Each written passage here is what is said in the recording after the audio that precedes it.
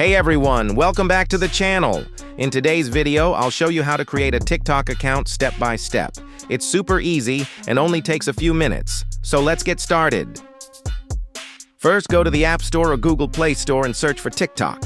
Look for the official app Buy and tap Install. Once it's installed, open the TikTok app.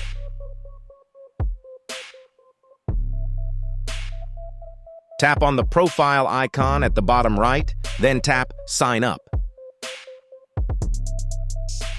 You can sign up using phone number, email, or social accounts like Google, Facebook, or Apple.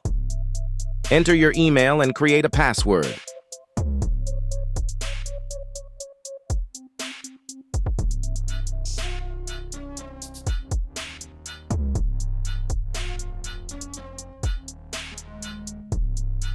Now enter your date of birth.